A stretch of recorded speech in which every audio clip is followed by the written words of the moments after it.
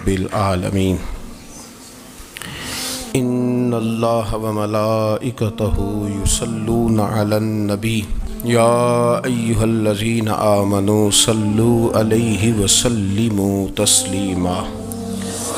الصلاۃ والسلام علیک یا سیدی یا رسول اللہ وعلی آلک واصحابک یا سیدی یا حبیب اللہ۔ تمام تعریفیں حمد و ثنا اللہ تبارک و تعالی کے لیے۔ درود و سلام نبی اکرم نور مجسم شفیع معظم آقا کل ختم رسول دانائے سبل احمد مجتبیٰ جناب حضرت محمد مصطفیٰ صلی اللہ تعالی علیہ وسلم کی ذات والا صفات کے لیے حمد و صلات کے بعد، اسلام فطرت کے عین مطابق دین ہے۔ نبی پاک صلی اللہ تعالی علیہ وسلم نے فرمایا ہے کہ میں اخلاق عالیہ کی تکمیل کرنے کے لیے دنیا میں آیا ہوں۔ جتنے اخلاق ہو سکتے تھے، جتنی خوبصورتیاں ہو سکتی تھیں، جتنی اللہ کو محبوب تھیں، وہ ساری میرے نبی کریم نے بیان فرمائی، ساری رسول کریم صلی اللہ تعالی علیہ وسلم نے بیان کر دی ہیں، جتنی خوبصورتیاں ہو سکتی تھیں۔ کچھ لوگ ایسے ہوتے ہیں جو بیچارے بائی نیچر ہی کچھ پریشانیوں کا شکار ہوتے ہیں، اور قرآن مجید نے جو ارشاد فرمایا نا کہ کچھ لوگ نفس کی خواہش کو اپنا خدا بنا لیتے ہیں، تو وہ بلا وجہ بھی بہت ساری باتیں کرتے ہیں جن کا کوئی وجود نہیں ہوتا۔ عورت کو حقوق دلانے کے لیے بہت سارے لوگ بہت ساری غلط باتیں کرتے ہیں۔ جو لوگ یہاں سے کسی کو لے جاتے تھے نا دبئی، دھوکہ دے کے اور لے جاتے تھے یورپ میں، عرب ممالک میں دھوکہ دے کے لے جاتے تھے، تو وہ بھی کوئی خواب ہی تو دکھاتے تھے کہ اتنے لاکھ تنخواہ ہوگی، اتنا کچھ ہوگا۔ وہاں جا کے پتہ چلتا تھا کہ جیب سے بھی دینے پڑیں گے کچھ۔ بہت سارے لوگ ایسے ہوتے ہیں، وہ سارے خوبصورتی کے نام پر ہی دھوکہ دیتے ہیں۔ آپ کو پتہ ہے کہ جو آدمی کسی کو لالچ دیتا ہے تو کسی کو لوٹنے کے لیے اسے لالچ دینا بڑا ضروری ہوتا ہے۔ لوگ پہلے لالچ دیتے ہیں پھر لوٹتے ہیں، پہلے مکمل لالچ دیتے ہیں، یہ چیز مل جائے گی، یہ چیز مل جائے گی۔ لوگ مکمل لالچ دیتے ہیں، اس کے بعد پھر لوٹتے ہیں۔ اور اگر لالچ نہ دیں تو کوئی آدمی قابو آئے گا؟ لوگ لوٹتے ہیں لالچ دے کر۔ اچھا، اب وہ جو جس کو لالچ دیا جا رہا ہوتا ہے وہ کہہ رہا ہوتا ہے کہ نہیں نہیں تمہیں نہیں پتا، وہ اس وقت ماننے کو تیار نہیں ہوتا۔ وہ کہتا ہے اتنی خوبصورت باتیں کر رہا ہے، اتنی اچھے پیغام دے رہا ہے، تم میرے دشمن ہو، تم مجھے منع کر رہے ہو۔ ہوش تب آتی ہے کہ جب سب کچھ لٹ جاتا ہے۔ عورت کو ویسے بھی قابو کرنا بڑا آسان ہوتا ہے۔ اعلیٰ حضرت بریلوی رحمۃ اللہ علیہ فرماتے ہیں بیٹیاں نازک شیشیاں ہوتی ہیں، ان کو تو ذرا سی چوٹ لگے تو ٹوٹ جاتی ہیں۔ دیکھیں کتنا بڑا جملہ کہا بریلی کے امام، نازک شیشیاں ہیں۔ ذرا کوئی آدمی گمراہ کرتا ہے، ذرا خراب کرتا ہے۔ اب دیکھیں نا، یہ جو بچیوں کو بچے مس گائیڈ کرتے ہیں، انہیں بڑے بڑے خواب دکھاتے ہیں، وہ بیچاری ماں باپ کو چھوڑ کے، بہن بھائی کو چھوڑ کے اس کے ساتھ شادی کرتی ہے، پھر جو اس کا بعد میں حشر ہوتا ہے، آپ ادلیاں نو سردار پہن تکے تے شرما والیاں نو جھوٹے ڈولیاں دے۔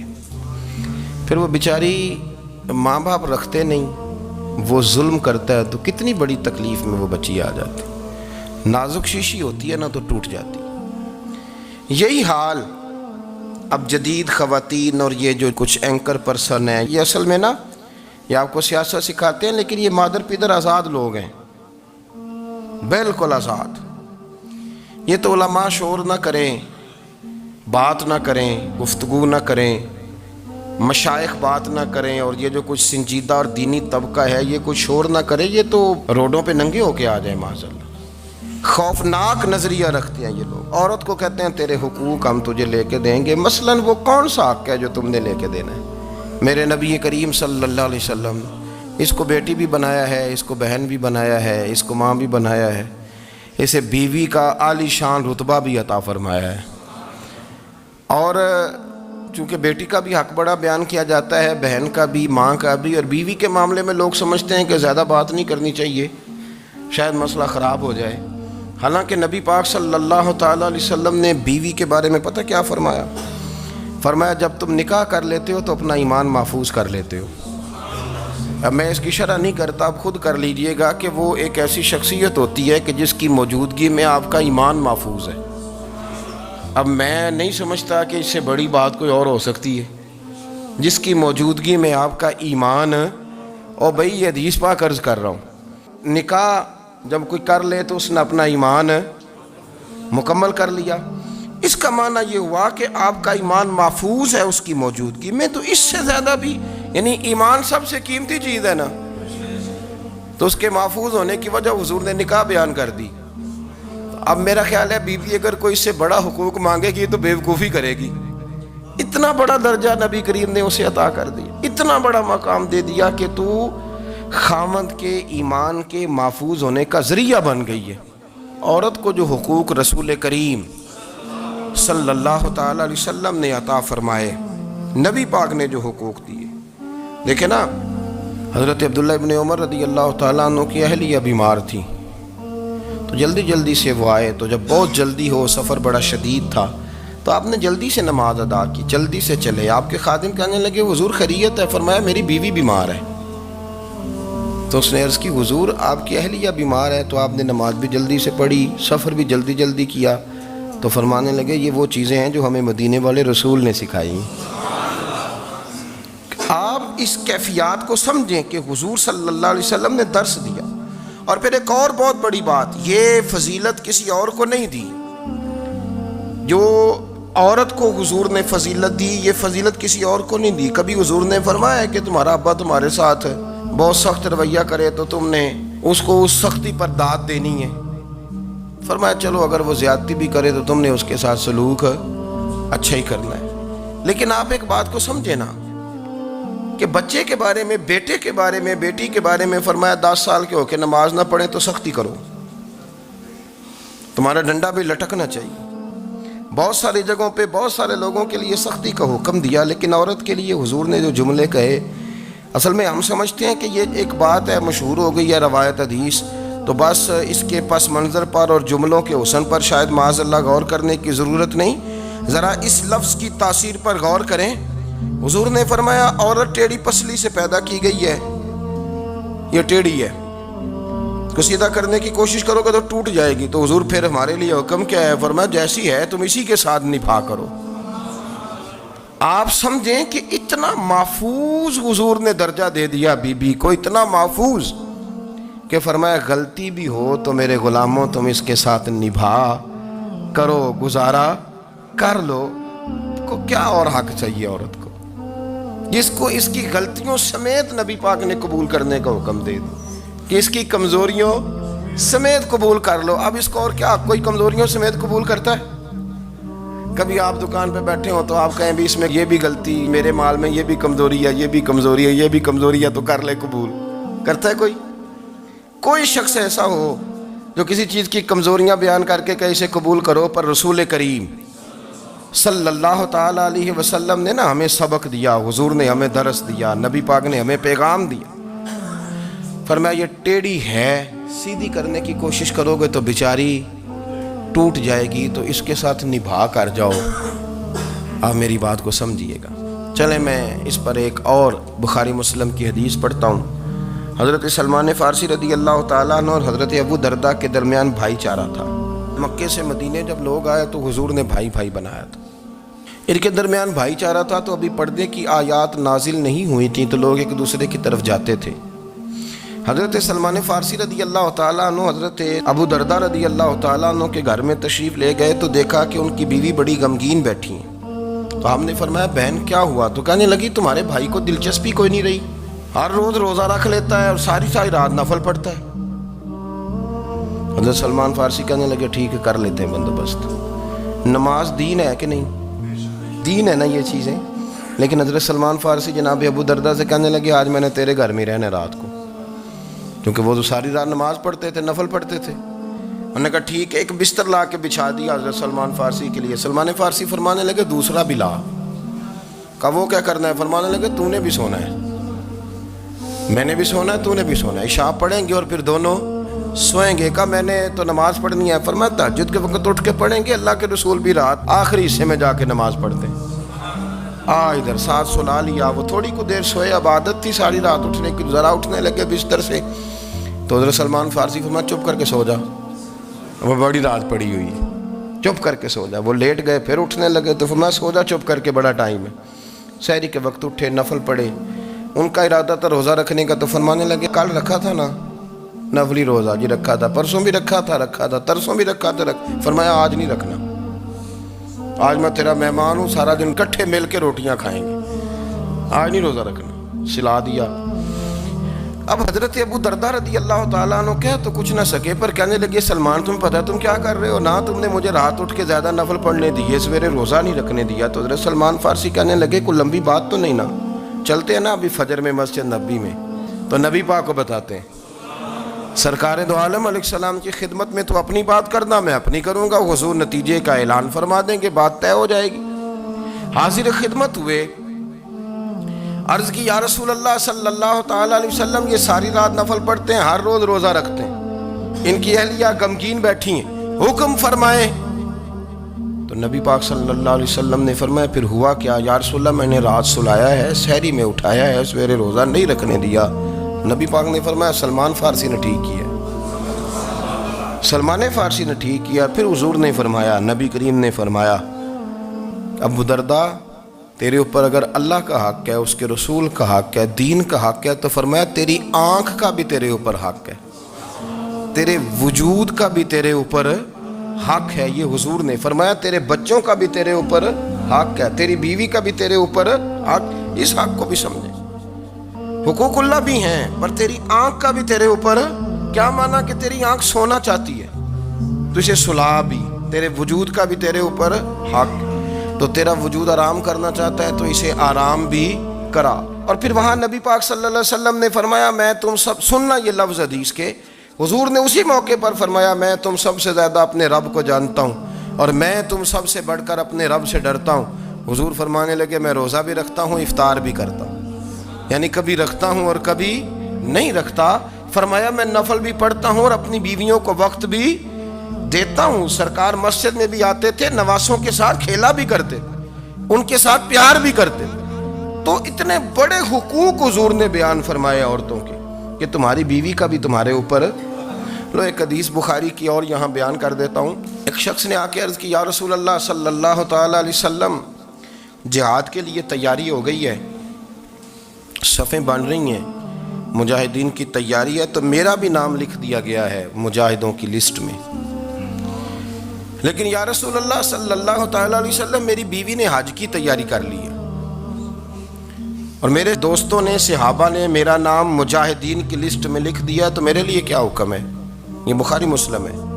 تو نبی پاک صلی اللہ تعالیٰ علیہ وسلم نے فرمایا جہاد پہ کوئی اور چلا جائے گا تو بیوی کے ساتھ حج کرنے جا، اسے محرم کی ضرورت ہے، وہ تیرے بغیر کیسے جائے گی؟ مجاہدین کو تو اور مجاہد مل جائے گا، پر تو اپنی بیوی کے ساتھ جانا. نبی پاک صلی اللہ علیہ وسلم نے مرد کو محافظ بنایا ہے، عورت کو مرد کا قیدی نہیں بنایا، بلکہ عورت کو حفاظت عطا کی اور مرد کو اس کا محافظ بنایا. اب بچیاں آزاد ہونا چاہتی ہیں، اور آزادی بھی وہ والی کہ جو بنیادی طور پر آزادی نہیں، فحاشی ہے. میں نے بہت پہلے کہا ہے کہ اسلام بیٹیوں کو قیمتی سمجھتا ہے. جس بندے کے پاس 20 تولے سونا ہو وہ چوک میں لے کے نہیں آتا، وہ قیمتی چیز ہے، اس نے چھپا کے رکھی ہوتی ہے. تو جو نبی پاک صلی اللہ علیہ وسلم کا کلمہ پڑھنے والے بیویاں، اسلام انہیں قیمتی سمجھتا ہے، کہتا ہے کہ تم قیمتی ہو لہذا گھر کے اندر رہو، تم باہر نہ ہو. لیکن عورتیں ہیں کہ ان کو بلا وجہ لوگ خراب کر دیتے ہیں اور بلا وجہ وہ اس مغالطے کا شکار ہو جاتی ہیں. اب آگے بڑھتے ہیں. قرآن مجید نے سورہ نور کی آیت نمبر 30 میں کہا کہ کل للمؤمنین یغضوا من ابصارہم، فرمایا کہ اے محبوب علیہ السلام مومن مردوں سے کہہ دو کہ اپنی نظریں جھکا کے رکھیں، اپنی نظریں. اور اگلی آیت میں فرمایا وَقُلْ لِلْمُؤْمِنَاتِ یغضضن من ابصارہن، فرمایا کہ اے محبوب مومن عورتوں سے بھی کہہ دو کہ اپنی نظریں جھکا. مرد بھی اپنی نظر جھکا کے رکھے گا عورت کی طرف، لیکن یہ ساری پابندی صرف مرد پر نہیں، عورت بھی غیر محرم کا چہرہ نہیں دیکھے گی، اس پر بھی اسی طرح نظر جھکانے کا حکم ہے جس طرح کہ وہ ہر دکاندار کو بھائی جان کہہ کے گفتگو کرنے کی اس کو بھی اجازت نہیں ہے کہ وہ سمجھے کہ پابندی تو مرد نے کرنی تھی، میں نے تھوڑی کرنی تھی. وہ جس کے پاس جائے، جہاں بھی جائے، ڈاکٹر کے پاس جائے، باہر جائے، تو وہ جس طرح مرضی اس کا دل چاہے وہ بات چیت کرے، اس کی عورت کو بھی اجازت اسلام نہیں دیتا. بنیادی طور پہ اسلام شرم و حیا کا دین ہے، حیا کی بات کرتا ہے. حیا کی جب ہم تعریف کرتے ہیں تو حیا کی تعریف یہ ہے کہ کوئی کبھی چیز دیکھ کے نا تو آپ کی طبیعت میں کراہت محسوس ہو، آپ کوئی غلط جملہ منہ سے نکالتے ہوئے ذرا جھجکیں، آپ کوئی غلط بات کرتے ہوئے تھوڑا بوجھ محسوس کریں. ہمارے ہاں تیزی سے فروغ پایا ہے بے حیائی نے. سنگیوں کی محفلیں، یاروں کی محفلیں، اس میں غلیظ گفتگو ہوتی ہے. الا ماشاء اللہ، ان دوستوں کو بڑی پاک صاف گفتگو کرنی چاہیے. دوستی کا رشتہ بڑا مقدس رشتہ ہے. جو یہاں ایک دوسرے سے پیار کریں گے جنت میں بھی اکٹھے داخل کیے جائیں گے. شرط یہ ہے کہ پیار اللہ رسول کی رضا کے لیے ہو، لیکن اس کے اندر اگر آپ کی گفتگو کچی ہو، کمزور ہو، فحاشی والی ہو، عریانی والی ہو. وہ ہمارے ہاں تو اب اس کو لوگ فیشن سمجھتے ہیں، اس کو مردانگی کی علامت سمجھتے ہیں کہ وہ جی ساری باتیں جی وہاں ہو گئیں اور جس کا جو جی چاہا اس نے کہا. آپ جب حیا کے دائرے میں ہوتے ہیں تو آپ خود بھی سکون محسوس کرتے ہیں. دیکھیں نا، آپ کو نیند سکون سے کہاں آتی ہے؟ جہاں کمرہ بند ہو، چاروں جانب دیوار ہے، اوپر چھت ہے، خالی دروازہ بھی کھلا ہوا ہونا تو جب بندہ سکون لینا چاہتا ہے تو کہتا ہے یار ذرا دروازہ ذرا بند کر دو. وہ اچھی طرح اپنے آپ کو چھپا لیتا ہے نا حیا کے پردے میں، تو اللہ اسے سکون عطا کرتا ہے. اور جو اس سے بھی زیادہ ٹھنڈی نیند میں جانا چاہتا ہے وہ کہتا ہے لائٹ بھی بند کر دو. اب وہ مکمل طور پہ سمجھتا ہے کہ میں چاروں جانب سے چھپ گیا ہوں، اگر میں کھل کے بھی سو جاؤں گا تو میرا چونکہ پردہ قائم ہے تو مجھے کوئی دشواری نہیں ہوگی. آپ جب چھپ جاتے ہیں، جب آپ حیا کے اندر سمٹ جاتے ہیں، جب آپ چادر کے اندر آ جاتے ہیں تو آپ بہت ساری جگہوں پہ آسانی محسوس کرتے ہیں. تو حیا تو آپ کو سکون دیتی ہے، حیا تو دل کو راحت دیتی ہے. میں بڑی ذمہ داری سے بات عرض کرتا ہوں، قرآن مجید نے نا ایک مقام پہ مذاق کو، ایک مزاح ہوتا ہے خوش طبی، وہ نہیں، مذاق اڑانا. قرآن پاک نے نا مذاق کو ایک جگہ پہ جاہلوں کا طریقہ بھی قرار دیا ہے. بنی اسرائیل کے لوگوں سے حضرت موسیٰ نے کہا کہ گائے ذبح کرو اور ایک ٹکڑا مقتول کو مارو، زندہ ہو کے خود بتا دے گا مجھے کس بندے نے قتل کیا. تو کہنے لگے آپ ہمارے ساتھ مذاق کر رہے ہیں. تو قرآن مجید کہتا ہے کہ حضرت سیدنا موسیٰ علیہ السلام فرمانے لگے اعوذ باللہ ان اکون من الجاہلین. فرمانے لگے میں اللہ کی پناہ مانگتا ہوں کہ میں جاہلوں میں سے ہو جاؤں. یہ مذاق کرنا تو جاہلوں کا طریقہ ہے. اگر آپ کی زبان سے بے حیائی کا جملہ نکل گیا، اگر آپ کی زبان سے بے حیائی کا جملہ نکل گیا، آپ نے کہہ دیا کہ ہم آزاد لوگ ہیں، جو مرضی کریں گے، جو مرضی کہیں گے، جو ہمارا دل میں آئے گا کریں گے، تو پھر تو لوگ آپ کا وہ حشر کریں گے کہ آپ سے برداشت ہی نہیں ہوگا. جس کا لوگ مذاق بنا لیتے ہیں اور جو مذاق بن جاتا ہے پھر اسے کوئی جینے دیتا ہے. آپ حیا کی چادر میں چھپیں گے تو بچیں گے. اگر آپ نے اپنا مذاق بنوا لیا یہ کہہ کے کہ میں نے مرضی کرنی ہے، پھر یاد رکھنا چھپنے کو جگہ نہیں ملے گی، پھر تکلیف میں آ جائیں گے، پھر بہت بڑی اذیت کا شکار ہو جائیں. شرم و حیا، عرب کے اندر جو کواری لڑکیاں تھیں ان میں بڑی حیا ہوتی تھی. الحمدللہ میں بڑے فخر سے کہتا ہوں کہ میرے پنجاب کی، میرے پاکستان کی بیٹیاں بھی 20 دفعہ ان کا ابا کہے تیری شادی کرنی ہے تو وہ آنکھ نہیں اٹھا پاتی آج بھی. یہ تو وہ چند لوگ ہیں جو کہتے ہیں ہم ہائی کلاس ہو گئے، ہمیں نہیں پتا کہ وہ روشن خیال ہو گئے ہیں کہ روغن خیال ہو گئے، پتہ نہیں کدھر چلے گئے. ورنہ ہماری بیٹیاں آج بھی جب ان سے ان کا باپ، ان کی ماں بات کرتی ہے تیری شادی کی تو وہ تو شرم کے ساتھ پچھلے سے پچھلے کمرے میں چھپتی ہیں. یہ اللہ نے فضل کیا ہوا ہے اس ملت پر. تو عرب کی لڑکی بڑی حیا والی ہوتی تھی، اس سے کوئی بات کرنی پڑتی تھی تو 20 دفعہ بات کی جاتی، پھر بھی وہ عورت چھپتی پھرتی تھی. حضرت عائشہ صدیقہ رضی اللہ تعالیٰ عنہ فرمانے لگیں میرے نبی پاک صلی اللہ علیہ وسلم عرب کی کواری لڑکیوں سے بھی زیادہ حیا کرنے والے. قاضی اعجاز مالکی نے، شیخ عبدالحق محدث دہلوی نے، دیگر بزرگ جو سیرت نگار گزرے، انہوں نے لکھا ہے کہ نبی پاک صلی اللہ علیہ وسلم کے اندر 100 مردوں سے زیادہ طاقت تھی. 100 مردوں سے زیادہ طاقت. اب جو بات کہنے لگا ہوں، جو نتیجہ دینے لگا ہوں، اس پر خاص توجہ آپ فرمائیں گے. ذرا فکری طور پر، نظریاتی طور پر ایک چیز کو سمجھیے. ہم سمجھتے ہیں کہ جوان لڑکا ہے جی، جو مرضی کرے، عمر ہے جی. آپ ذرا بات پر غور کیجئے گا کہ حضور صلی اللہ علیہ وسلم میں طاقت 100 مردوں سے زیادہ ہے اور حیا کواری لڑکیوں سے بھی زیادہ ہے. ذرا اس بات کا تقابلی جائزہ کیجئے گا کہ طاقت 100 مرد سے زیادہ ہے لیکن حیا کواری لڑکی سے بھی زیادہ ہے. اس کا معنی یہ ہوا کہ جس ٹہنی کو پھل زیادہ لگ جاتے ہیں وہ جھکا کرتی. تو حیا تو حسن ہے. حیا تو آپ کو پاک صاف کرے گا، حیا تو آپ کو نرالا کرے گا، انوکھا کرے گا. وہ ہمارے ایک دانشور ہے، تو مضمون لکھا، کئی باتیں بڑی پسند آتی ہیں. وہ کہتے ہیں کہ میری اہلیہ، ان کو بھی کسی نے مس گائیڈ کر دیا تھا، حالانکہ اچھی خاتون ہے، کسی نے مس گائیڈ کر دیا. تو وہ بھی سماجی اور ویلفیئر، اور یہ خواتین کو شوق ہوتا نا بننے کا، تو وہ بھی سماج کے اندر اچھا مقام تلاش کرنے کے موڈ میں آ گئی.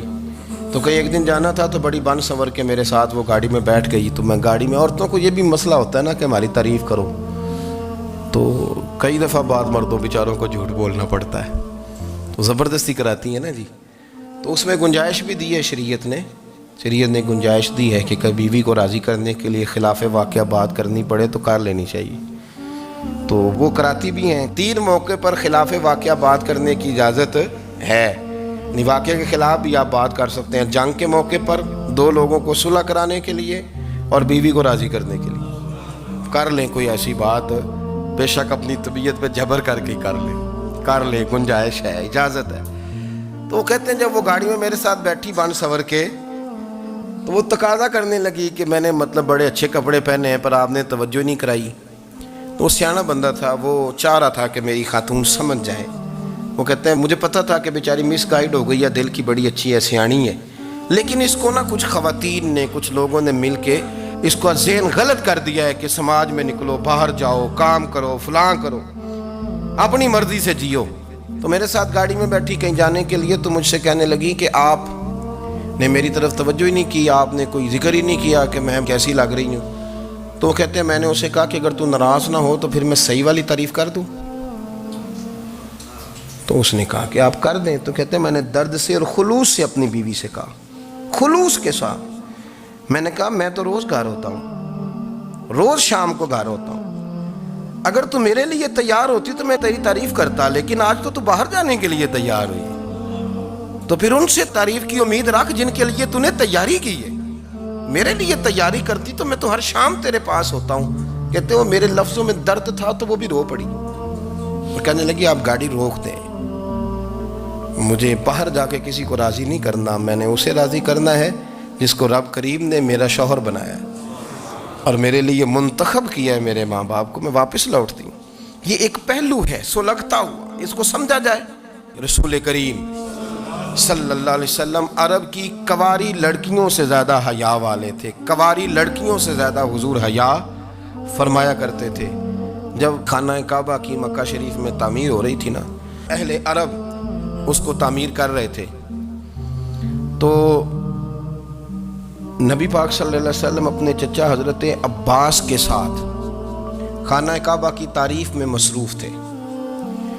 تو عرب کے لوگ چونکہ لمبا کرتا پہنتے تھے پیروں تک، تو نیچے اگر کسی وقت کوئی چیز نہیں بھی ہوتی تھی تو کسی کو وہ نظر نہیں آتی تھی، چونکہ پردہ رہتا تھا، ایک لمبا کرتا پہنا ہوا ہوتا تھا.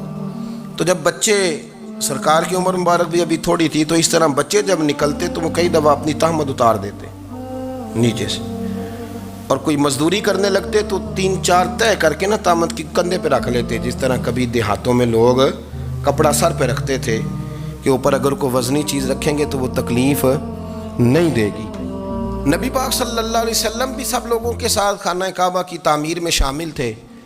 تو حضرت عباس رضی اللہ تعالیٰ عنہ نے کہا، حضور سے ابھی اعلان نبوت بھی نہیں فرمایا تھا، بھتیجے آپ بھی تامد اتاریے، یہ صحیح مسلم میں حدیث موجود ہے، اور اس کو کندھے پہ رکھ لیجیے، آپ اینٹیں اٹھا اٹھا کے لا رہے ہیں تو ذرا آپ کو تکلیف نہیں ہوگی۔ تو سرکار دو عالم صلی اللہ علیہ وسلم سے یہ بات کہی اور پھر جلدی سے حضور کی تہمت کو نکال کے نا، حالانکہ لمبا کرتا پہنا ہوا ہے، تو وہ جیسے ہی ان کے کندھے پہ رکھا اینٹیں رکھنے کے لیے تو سرکار تو زمین پہ گر گئے، بے ہوش ہو گئے، آنکھیں آسمان کی طرف، اور پھر حضور پکار رہے ہیں آزاری آزاری آزاری، میرا تامت دے دو، میرا تامت دے دو۔ کبھی کوئی شخص اس وجہ سے بھی بے ہوش ہوا ہے کہ میرے وجود سے کپڑا اتر گیا ہے؟ حالانکہ سرکار پر وہ بے ہوشی بھی نبی پاک کا وہ جو غلبہ ہے نا شرم و حیا کا، اس کی وجہ سے ہوا، ورنہ تو حضور فرماتے ہیں کہ میری آنکھیں سو جاتی ہیں، دل تو میرا اس عالم میں بھی جاگتا رہتا ہے۔ تو سرکار زمین پہ تشریف لے آئے، آنکھیں میرا تامت دے دو، میرا تامت دے دو، تو جلدی سے انہوں نے تامت دیا تو حضور نے باندھ لیا، پھر طبیعت مبارک میں تسلی ہوئی۔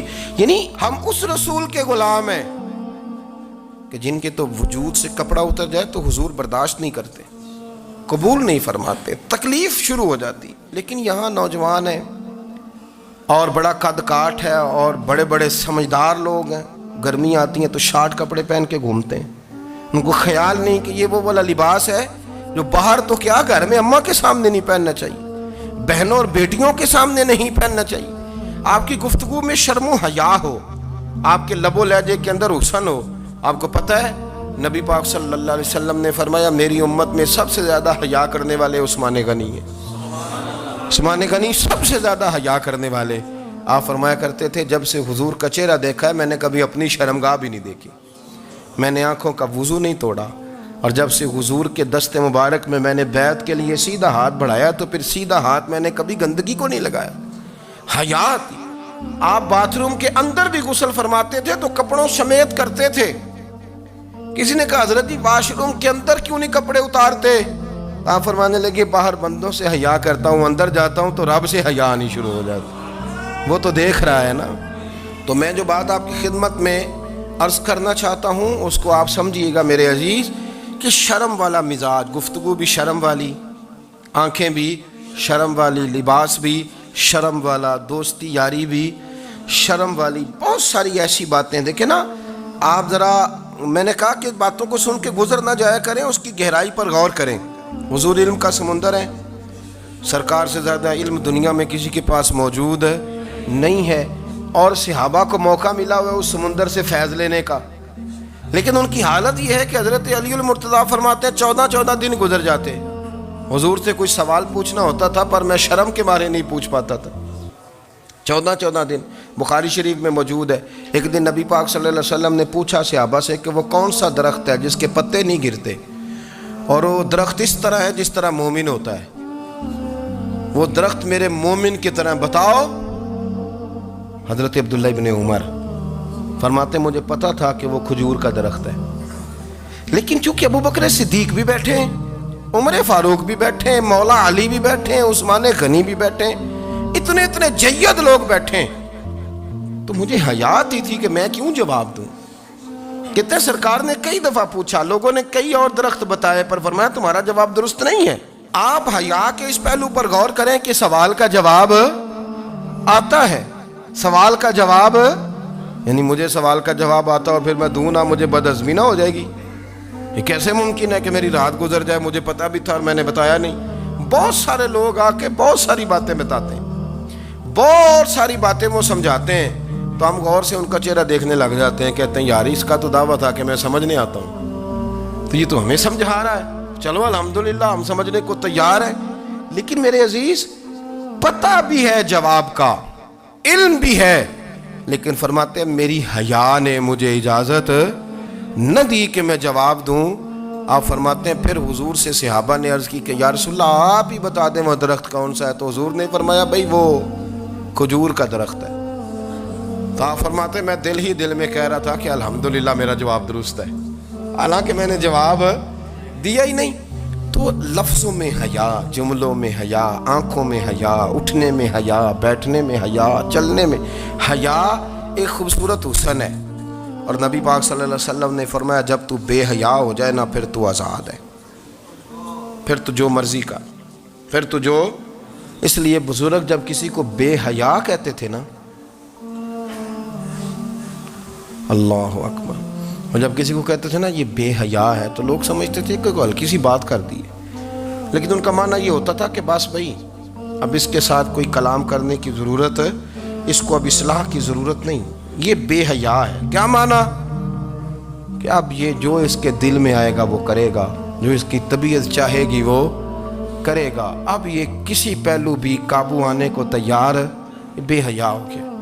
بے حیائی بہت بڑا عیب ہے، اور جو لوگ کہتے ہیں کہ ہمیں بالکل آزادی ہونی چاہیے، ہمارا اپنا جسم ہے تو ہماری اپنی مرضی چلے گی۔ ایک وزیر صاحب ہیں، پتہ نہیں میں ان کو جانتا تو نہیں، انہوں نے سینٹ میں تقریر کی ہے، میں نے ان کی بات سنی ہے۔ اس نے کہا نہیں بھائی، جسم رب کا ہے تو مرضی بھی تو رب کریم کی چلے گی، اور مرضی بھی اللہ کی۔ یہ مجھے تھوڑا سا مسئلہ ہے جسم پر، کبھی کبھی مجھے کثرت سفر سے الرجی ہو جاتی ہے۔ میرے ساتھ لوگ نا دل سے پیار کرتے ہیں، شاید ہی کوئی اچھا ڈاکٹر ہو جس تک میرے سنگی مجھے لے کے نہ گئے ہوں، پر جسم اللہ کا ہے نا، مرضی بھی جب وہ چاہے گا صحت دے گا۔ کیوں کچے کاموں میں لوگ پڑ گئے، کیوں غلط لوگ سوچ میں پڑ جاتے ہیں؟ یہ اسی کا ہے، اور جب وہ چاہے گا، آپ اس بات کو اچھے طریقے سے سمجھ لیں کہ جو اپنی مرضی چوکوں چوراہوں میں کر رہے ہوتے ہیں نا، جو مرضی گند مند، وہ جانور ہوتے ہیں، وہ جانور ہوتے ہیں جو نہ چونک دیکھتے ہیں، نہ گلی دیکھتے ہیں، نہ انہیں پتہ ہوتا ہے کہ جگہ کون سی ہے۔ وہ انسان، میں نے کہہ دیا جو میں نے کہنا تھا، میں نے کہہ دیا، وہ جانور ہوتے ہیں۔ اور جو کچھ انسان ہوتے ہیں نا، ان کے اندر کچھ نہ کچھ پھر شرم حیا بھی ہوتی ہے۔ وہ چوکوں چوراہوں میں وہ حرکتیں اور وہ کام نہیں کرتے جو جانور کرتے ہیں۔ ان کے لیے بڑے پردے ہوتے ہیں، ان کے لیے بڑی باتیں ہوتی ہیں، ان کے لیے بڑا کچھ ہوتا ہے۔ جو بالکل آزاد ہو جائے، کوئی پتہ نہ ہو کس وقت کیا کہنا ہے، کیا کرنا ہے، تو پھر وہ دائرہ انسانیت سے خارج ہو جاتا ہے۔ ہم آپ کو کیا دعوت دیں؟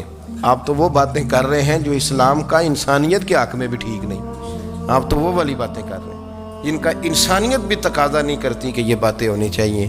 لیکن ایک بات، میں تو جذباتی نہیں ہوتا، میں بڑے غور سے چیزوں کو دیکھتا ہوں، سنتا ہوں، اور نہ میں ان موسمی مینڈکوں کی۔ وہ مجھے عاتق صاحب کہنے لگے جی بڑے بڑے مولوی ایک بندے کے ساتھ بیٹھے ہوئے ہوتے تھے اور وہ روزے میں بڑے بڑے درس دیتا تھا، تو وہ بھی فلانی حرکتیں کر رہا ہے۔ تو میں نے کہا ہم نے تو پرانا کہا تھا کہ موسمی مینڈک ہے، تو پرانے کہہ رہے ہیں کہ اداکار ہے، تو وہ جہاں کاسٹ کریں گے وہاں وہ اداکاری کرے گا۔ آپ کسی مذہبی جگہ کر لیں تو وہاں کر لے گا، کہیں اور جگہ کریں گے تو ہم تو پرانا کہہ رہے ہیں۔ تو کسی کو کبھی سمجھ آتی ہے تو کسی کو کبھی اور جگہ جا کے سمجھ آتی ہے۔ ہم ان لوگوں سے پریشان نہیں ہوتے، کیوں؟ سن لیں، کوئی مایوسی نہیں، ان کے اندر جتنا زور ہے وہ لگائیں۔